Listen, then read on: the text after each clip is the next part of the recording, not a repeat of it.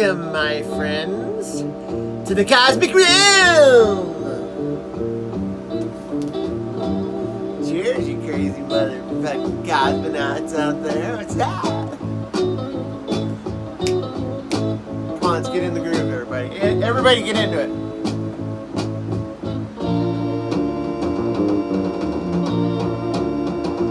Do a little interpretive dance.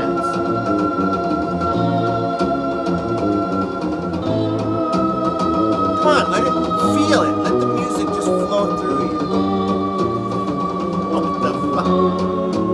Alright. I'm gonna turn down now, guys, okay? Let's bring it down. Bring it down. How you guys doing out there? Cheers to y'all. This is brought to you by a little something different. This is the Luponic, what? Luponic Distortion. Now, this is kind of a crazy... I don't usually drink brewskis out of a can. Well, I take that back. I drink the Miller Lights out of that, like, pint can. But this is an IPA. It says it's got hints of peach, pear drop, and dragon fruit. Holy shit, if it's got dragon fruit in it, I'm in, motherfucker. Dragon fruit will make you a better lover. So, guys, let's get on it. Anyway, cheers. Alright. I did kind of a random video not too long ago. Yeah, a few days ago. And I did is I'm just going through some from A to Z, just pulling some records that I really enjoy listening to that frequently make it into the rotation. Most of them are, you're probably wondering why, you know, there was no metal in there, no new wave, no, you know, like power pop or anything like that, because these are the, like, my classic rock stuff and my psych stuff and garage stuff, kind of my 60s and 70s stuff that I kind of keep as a separate. That's my main body of my collection. But anyway, and I also opted not to show any Beatles or Beach Boys, although I probably will show some Stones. We'll see when we get down to that part. But the reason being is because everybody's already seen all the and if I can't just cherry pick a couple of good Beatles albums and say, okay, this is what I'm listening to, because I like a lot of it. So, but anyway, so I just kind of, if you're wondering why the Beatles didn't get picked, that's why. So anyway, I'm just going to jump right in. I left off with, I believe it was the Joe Bird and the Metaphysical Circus, or whatever that was. And, yeah, that was a great record, by the way. It's just kind of all over the places. I think that's how I described it. So now I'm just going to kind of move on to, like the bottom part of the B's into the C's, and I think that's as far as we'll get, because I don't want it to get too long. But yeah, this is something that I picked up when I got back into getting vinyl. This is the Byrds, Mr. Tambourine Man. Obviously, that's a cover of a Bob Dylan song, and it just so happens on the back here you had a picture of the Byrds with Bob Dylan. Makes sense, but I just love this picture on the cover of the album. I love that. It's kind of like a, you know, like they're on a sphere almost, like some kind of a round sphere.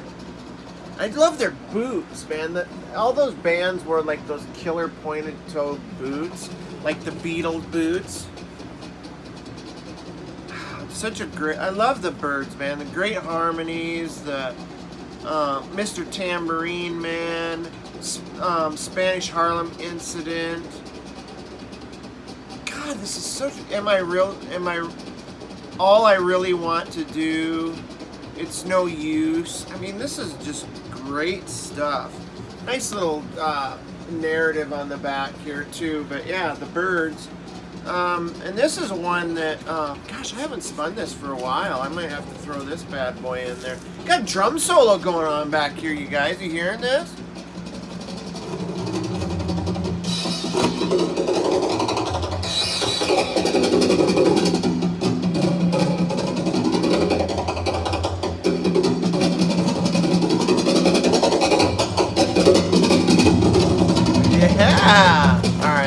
down. Let's bring it back down. Let's not get too excited. But this is younger than yesterday, and I love this because it's still got that kind of psych. Oh shit! Look at me fumbling. It's still got kind of that psych situation. It's got Mind Gardens. So You Want to Be a Rock and Roll Star. There's a song on here about aliens too. Which one is it? I want to say it's CTA 102. But yeah, this is great. It does have a little country twinge to it, I think. And it just kind of shows that, you know, a direction that they would later move into. But yeah, this is a great Byrds record. And coming up here, I decided to show another Byrds record because it's this. Listen to this shit.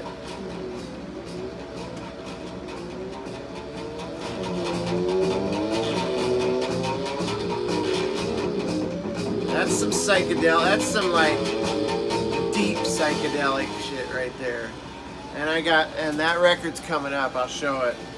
But I bought this record purely on the cover because I am a big comic book fan, and I thought, God, they just made them look like super galactic cosmic heroes, and it's like almost like they want you to finish it with the colored pencils, you know what I mean? But this is kind of pre-flight. I think it's kind of some stuff that they weren't gonna put on an album, but they were talked into releasing as an album because people wanted to hear it, and I think it kind of caused a little bit of a rift in the band, if I remember right.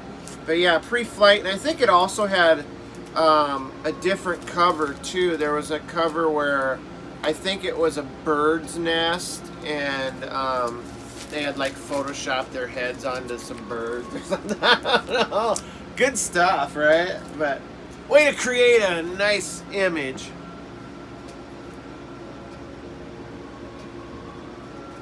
Now this is a record here that it's still hanging with the Byrds here, that I ignored in my local antique shop forever because I thought that looks like a country album. I mean, I'm not gonna get that. But then I started seeing it in other people's videos. They were saying how it was like probably one of the more psychedelic outings that the Byrds had. And then I seen it was in that that Morton, the book that has like 101 best psychedelic albums, and it was listed in there. So I was like, you know what? For $3, I better grab that sucker. And sure enough, I'm glad I did, because this, out of all the Byrds records, this gets heavy rotation. So yeah, it's a good one. Now this is something I've wanted for so long. I was at a record shop, a record show last summer, hanging with my friend Dan from Dan's Vinyl channel. We were down in St. Louis at a record show. What the problem?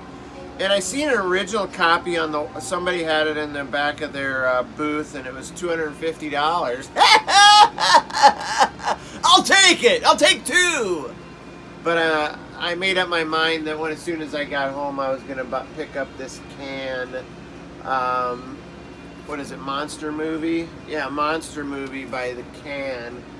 And I would pick up the repress of this. I ended up actually paying for this with prize winnings that I got from winning Swellhead's some contest, one of his contests. But yeah, this is brilliant. I love this. Do right, do right. That's a great you right, you do right, and it just kind of. But man, when you're high as fuck and you're listening to this, it makes sense.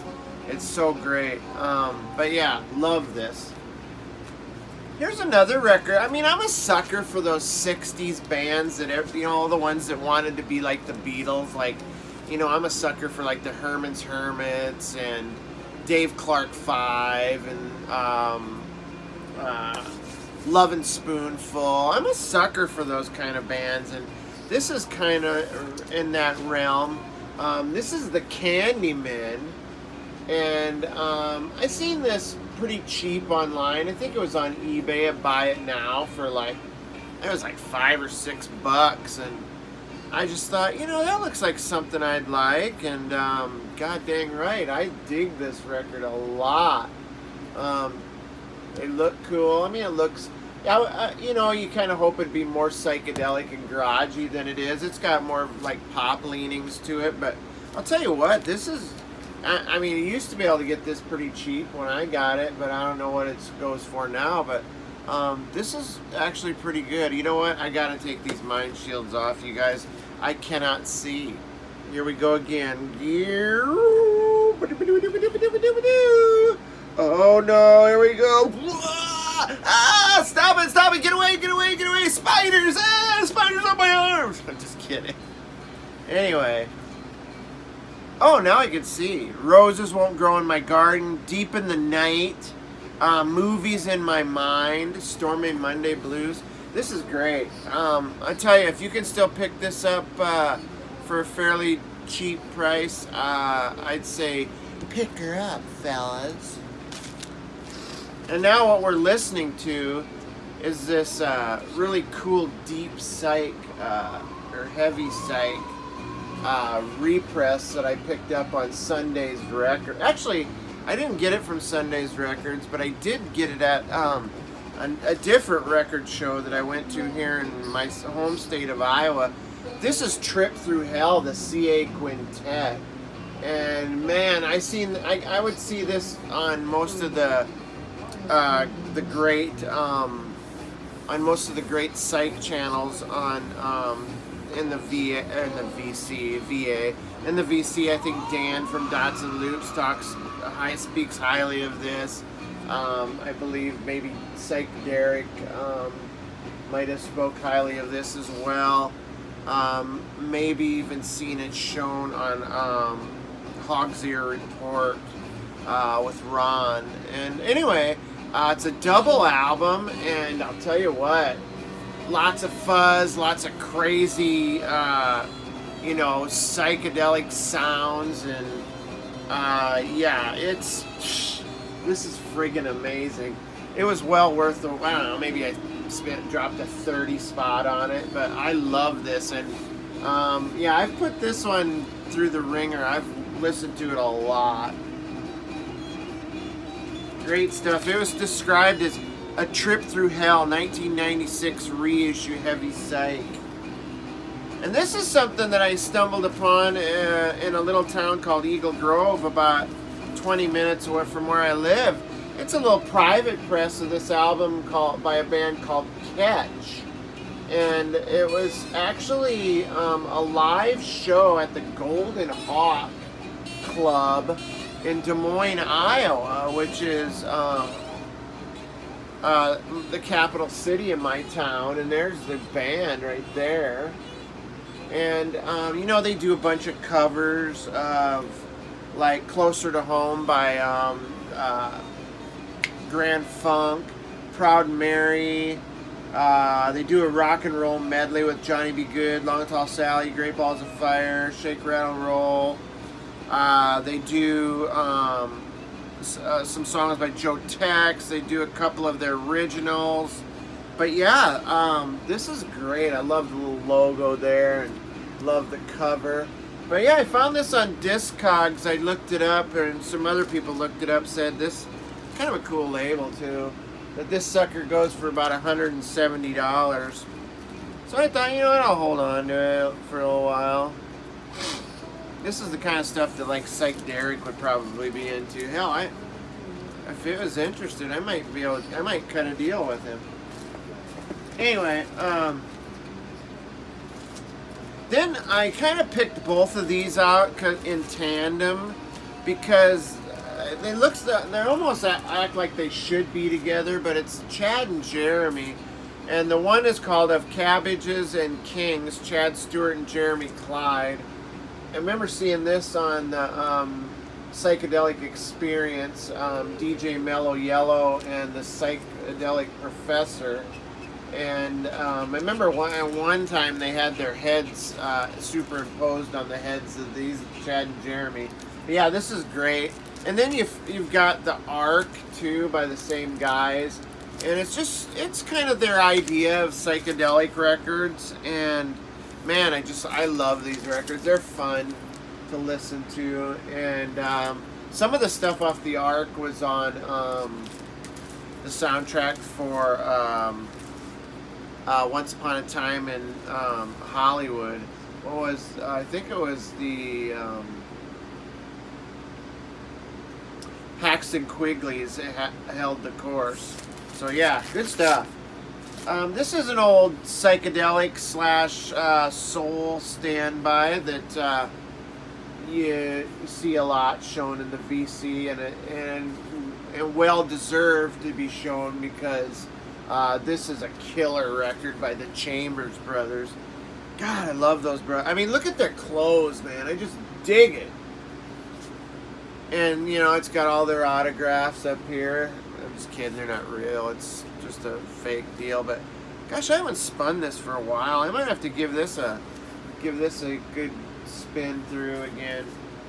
This is another kind of strange one that I picked. Here, hold on, I'm going to flip this over quickly. Yeah, this CA Quintet Trip Through Hell it's crazy. I love it, man, a lot. I was glad I think I cut a deal with a guy to get that one and Emerge the Litter. I think I bundled it up. The distortions. Here's another cheer to y'all. This is something I also picked up at that little store in Eagle Grove. It's kind of, the cover's beat up, and somebody tore like the hype sticker off here. But this is kind of a weirdo album. It's called The Changing Scene. And I wasn't really into it at first when I got it, because I thought, okay, this looks like something that should be interesting and weird, and but it's kind of, you know, mainstream and like poppy, but then it kind of grew on me. And then there's one song called Sit Down Lorraine that's just a fuzz fest. But yeah, The Changing Scene, and I've looked it up. I can't find anything about this band at all, so if you guys know anything about it, let me know. And this is a repress of an album that, man, I'm so glad I love this. The Chocolate Watch Band. Very garagey, more garagey than Psych. I just love all the symbols around the border on the back there. Anything that's got like a bunch of weird symbols and like the all-seeing eye and stuff. I'm always into that stuff, big time. And the Chocolate Watch Band is just an amazing group. I love it. So yeah, I picked that up in a little shop in Des Moines. And, you know, it was under $20 for this reissue. I'm all about that. I'm not going to hold out for an original. I can pick up a. And then this is another record show pickup here. I think this Captain Beyond, which is just a straight up rocker, man. This is so great. I absolutely adore this record too, and I always love the cover art too. I think one of them has like a lenticular cover, but this one doesn't have it. Capricorn Records, same like the Traffic is on. This is another one of those bands that I mentioned earlier that I'm a sucker for. Is like the Dave Clark 5. I like any band that like has a show of solidarity by wearing the same outfits. I kind of dig that for some reason. I don't know why. And then once again, there's the rocker boots. God, so killer. God, I wish I would have been born back then. Love it. And this is one I picked up again at a record show. This is Alice Cooper's first record. and I believe it was produced by Frank Zappa, who basically just told him to. He was there for like 15 minutes, and he just said, "Yeah, whatever, do what you want," kind of deal. And there's the label, which is actually kind of cool. Thought I'd show that. But yeah, you definitely don't. You might hear a twinge of what's to come with the coupe, but yeah, this is definitely more of a psychedelic record. I always had the orange tape over the. All it is like a butt or something. I don't know, front butt. But look at the band there. This looks so wild. Bunch of weirdo hippie freaks. God, that's awesome. Glenn Buxton actually is from Iowa. Part of Alice Cooper. And now this, I love this album too. I think this is album number 2 from, this is on a major label, and this is Easy Action by the Coupe. I got a lot of Coupe. I'm a huge Coupe fan. Still looking pretty cool back then. This one's got a gatefold. They're looking badass. Give you guys a good look at that. The Coupe. Easy Action. Man, I wish I could get me some Easy Action. Back in the day, it always Easy Action to me. Now it's like, it's called Lazy Action. Alright, I don't know how much farther I'm going to go here, but let's start work. How about this? Little Country Joe and the what is it? Country Joe and the Fish. This is kind of a takeoff on the Beatles Sgt. Pepper's album cover, I assume. Just a fun. These guys are a fun band. San Francisco-based band. Just a bunch of guys playing, killer rock and roll and having a good time. This one's I Feel Like I'm Fixing to Die. Love it. This didn't come with the game, the full color Fish game. I wish it would have, but someday. I also got this, it's kind of a compilation thing here. It's the Life and Times of Country Joe and the Fish from Haight-Ashbury to Woodstock. Double album here. Another great stuff on the Vanguard label. I suppose I'll pull it out and open up and see what's in the gatefold here. It's got a little bit of stainage and stuff, but for what I paid for it, can't complain too much. But yeah, Country Joe and the Fish. This is something I showed in a video not too long ago, this Coven or whatever, Coven-19. No, I'm just kidding. This is Coven Blood in the Snow. Love that cover. The artwork is absolutely killer. If you open it up, you can see the whole thing here with the guy laying in the bed and the band around him. And this is, the first Coven record had all the satanic stuff on it, the ritual. And this has a little bit of satanic stuff too, but it sure sounds poppy. And she was, the singer in this band was really the first one that did the old, the old Il Cornuto, devil horns thing. And you can actually see it, the band guys right there doing it. You can see them in the pictures there. But yeah, she was actually the first to do that. Not Dio, not Gene Simmons. This is a little Creedence, something that my friend Mazzy sent me not too long ago. Nice little reissue, I believe, of Creedence Clearwater Revival. Includes Susie Q. I just love the record cover. It's so psychedelic. And it's a great record, too. I mean, Creedence. I'll take some Creedence, please.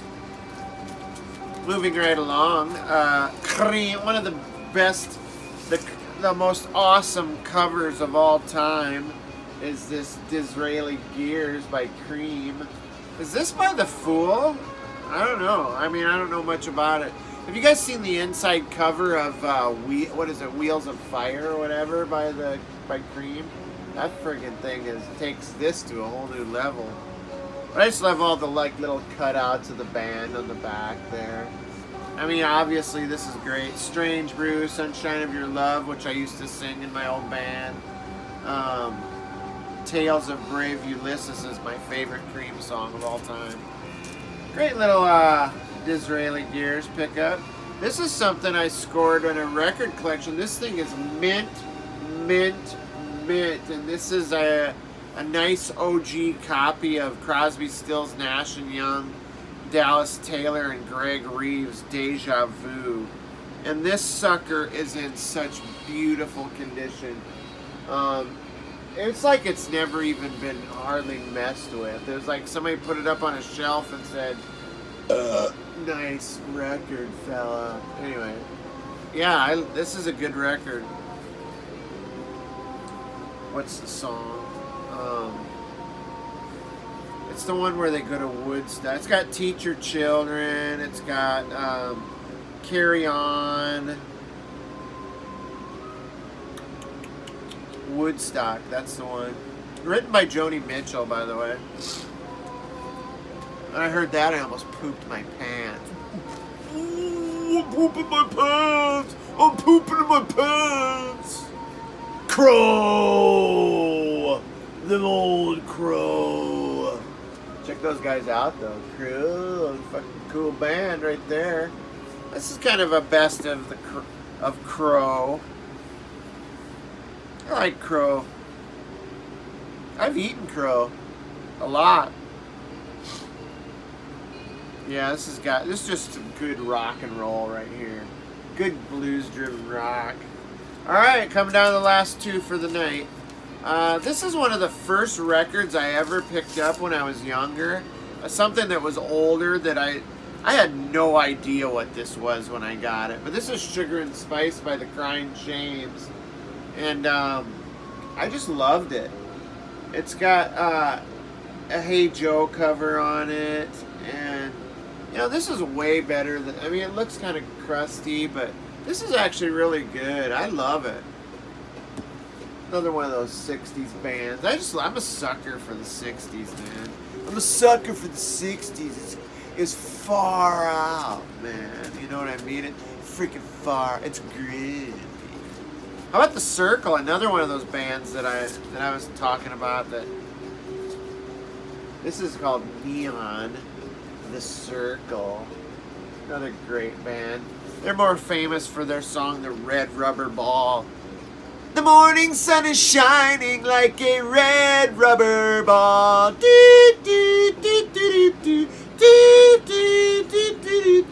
Ah, yes! Are you guys ready to get into the groove again?